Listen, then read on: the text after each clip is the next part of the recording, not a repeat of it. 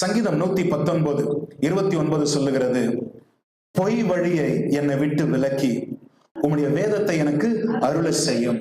ஆண்டவரே, பொய் வழியை விட்டுட்டு சத்தியத்தை எனக்கு தாங்க ஆண்டவரே.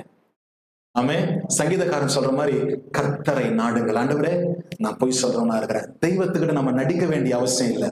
கடவுள்கிட்ட வந்துட்டு நம்ம பொய் சொல்லாத மாதிரி நாடகம் பண்ண வேண்டிய அவசியம் இல்லை. நாம யாருன்னு அவருக்கு தெரியும். அதனால கர்த்தருடைய சமூகத்துக்கு வரும்போது பிள்ளைகள், ஆண்டவரே நான் பொய் சொல்றேன், நான் இன்னைக்கும் பொய் சொல்றேன் ஆண்டவரே, நான் இன்னைக்கும் போய் சொல்றேன். யாருக்கு தெரியும், நீ காலையில இருந்தா போய் சொல்லிட்டு வந்திருப்போம், நேற்று நைட் இருந்தா போய் சொல்லிட்டு பட்டிருப்போம். ஆண்டவரே, இப்பவும் நான் போய் சொல்றேன் ஆண்டவரே, இப்போ நான் போய் பேசுறவனா தான் இருக்கிறேன், போய் பேசுறவள தான் இருக்கிறேன். இன்னைக்கு நான் வெறுமையாக்கி உங்களுடைய சமூகத்து முன்பு நான் வருகிறேன் ஆண்டவரே. பொய்யின் நிமித்தமாய் என் வாழ்க்கை இந்த அளவுக்கு இங்கேயும் பாதிக்கப்படும். நான் செத்தாலும் இரண்டாவது மரணமாகிய நரகத்துக்கு நான் வருவேன்.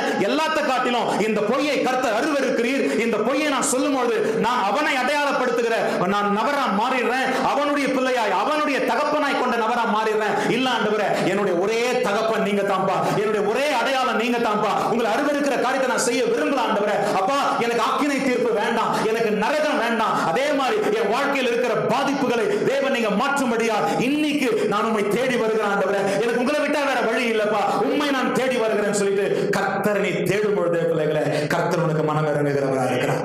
ஆமென்.